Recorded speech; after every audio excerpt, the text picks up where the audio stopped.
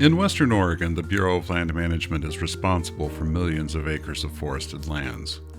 While harvesting trees to make material for houses and other buildings is a major use of the land, BLM is also responsible for maintaining or improving the environment, including the habitat for endangered fish. I'm David Howell, and you're listening to On the Ground, a Bureau of Land Management podcast.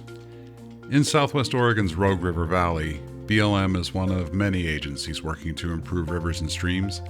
In BLM's Butte Falls field office in Medford, Rose Hanrahan is one of BLM's fish biologists concerned about the watershed. For me, I've enjoyed streams that are nice and open, great for photography, but for Rose, a healthy river looks very different. Western Oregon is a wonderful place to work, and Southwest Oregon is pretty unique. We have a bunch of different sort of ecotones that come together down here in the valley. It's sometimes referred to as the Klamath Knot, and we have a lot of different types of forests. So we have everything from dry oak type forests to really big Doug fir trees with, a shady understory. So we have a little bit of everything here.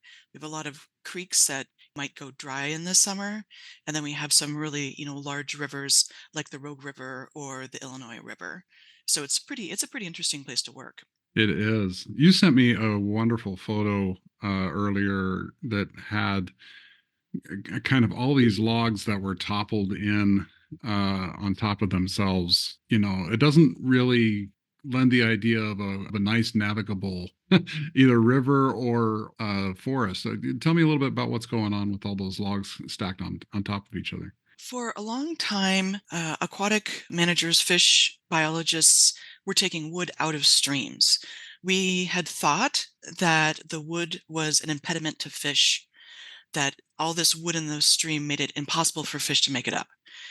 And we removed it. That's the 70s, even into the 80s, we were doing this. Now we know better. And we know that that fish is really, that for fish, those big logs and that big chunky wood is really, really important. The wood provides places for fish to rest, places for fish to hide. We can use those logs to help accentuate pools, which is really important habitat for fish. And so now we're putting that wood back in. And for somebody just looking at the picture like the one that I shared with you, it looks like a hot mess. And quite frankly, that's what we want. We're not building a dam. We're not building something, that's going to be on the cover of a magazine somewhere. We're building something that hopefully would mimic what nature would do. And that's part of our guidance for when we do these log structures, is try to make it kind of, junk it up a little bit so that, you've got some logs pointed this way, some logs pointed that way. We're trying to mimic what nature might do. And when you have an event where wood might naturally slide into the creek, it's messy, but that's what fish really like. So they're able to swim around, and we think it's a very large piece of wood that's falling right into the river, but that's not really necessarily the case, right? I mean, there's places for the fish to navigate around. That's what you're saying. That's actually a question that basically everybody that looks at those log structures, that's the first question that they'll ask.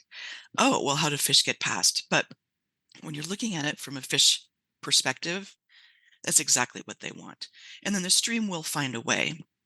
Sometimes we're actually adding those logs because we want to add a little bit of sinuosity. We want the stream to kind of go back and forth a little bit because that's sort of a sign of a healthy stream. Yeah, instead of letting it go straight on down the hillside, as it were.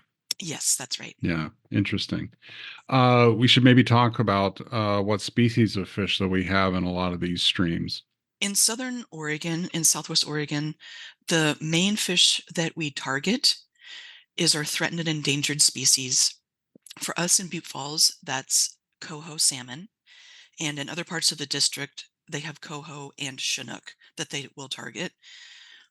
One of the cool things about these structures is that in helping one species, we're helping many species. So we can put these log structures in, and coho definitely will benefit from them, but all of the other fish species will too. We have resident trout that will benefit from those structures. We have Chinook, coho, lamprey. We've also anecdotally looked at wildlife using those log structures as crossings. And of course, there's stream bugs called macroinvertebrates, and some macroinvertebrates really love wood. And so it's really sort of this holistic approach for sort of an aquatic ecosystem uplift. So, Rose, before we started recording, you mentioned that your office, the Butte Falls Field office, received about $500,000 for culvert replacement under the Inflation Reduction Act, another $270,000 from the Bipartisan Infrastructure Law for projects like the one you were just talking about for putting more logs into the stream. And that's just two of many projects happening in Western Oregon. These Bill and IRA funds, those dollars have literally changed the landscape in the Rogue Valley for the better. Up to this point, we've really had to kind of compete with even with ourselves or other outside organizations for restoration dollars. And so having these dollars come down, it's a large amount of dollars over several years, has enabled us to really take things and just run with them. We used to do projects and get them what we call shelf ready. So we would analyze the project and it would literally sit on the shelf waiting for dollars. Right. So now we don't really have to do that. We can get that project ready to go and then implement the project. And at the same time, our partners are implementing projects. Something else that I wanted to mention that I think is really cool, the vast majority of these dollars that are coming into the valley stay in the valley. We're employing local contractors who spend their money at local businesses. They're supporting families. Those people have houses here, families here. So this is a big deal, having these dollars come down, and not only for restoration work for the ecology, the ecological uplift that's happening now, but just being able to support families in the valley. It's a big deal. Before we go, let's mention some of the other organizations that are working with you in the Rogue Valley that maybe are doing some of the same things that you're doing. There are so many wonderful organizations at work in the valley right now.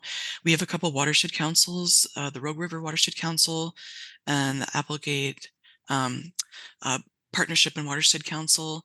They're doing fantastic work right now, removing fish barriers, improving riparian habitat. We have partnerships with Trout Unlimited. We work with the Nature Conservancy. There's there's so many. There's Soil and Water Conservation District, and then each one of those also has their own partnerships. We've actually even worked with private individuals that are interested in doing work.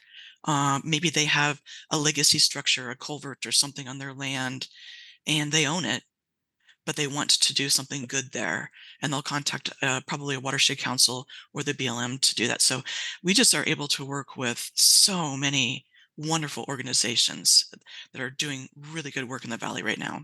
I think maybe that's one story that needs to be told a little bit better. It's not as if it was just like one agency doing a little bit of work on that patch of ground. This is something that's happening with multiple agencies all up through a watershed. That's right. Yeah, we're actually kind of trying to do more ridge to ridge type restoration. Some people will call it valley to ridge type restoration. And in Southern Oregon, we have a patchwork of land ownership. It's called ONC lands, and it's sort of every other section. One's private, the next one's federal, the next one's private, the next one's federal. And so if we were to only look at just BLM lands, we basically wouldn't be able to get anything done. If you want to improve a watershed, certainly, or a subwatershed, or even just a single stream, you really have to work across those borders. And our partners have been invaluable in being able to do that. Rose, thank you so much. I appreciate you taking some time with me. Thank you so much for the opportunity. I really appreciate a chance to have a positive spotlight put on the BLM. Rose Hanrahan is a fish biologist from BLM's Butte Falls Field Office in Medford, Oregon. There was so much more that we talked about, and if you want to hear more, there are clips on other topics at our website on blm.gov, along with the photos that we talked about in our interview. If you liked what you heard on this episode, we have a lot more stories. You can find us on iTunes, where you can follow our channel and get the latest updates each time we post a story. I'm David Howell. Thanks for joining me. I hope you're planning your next trip out to public lands. If so, we'll see you out there on the ground.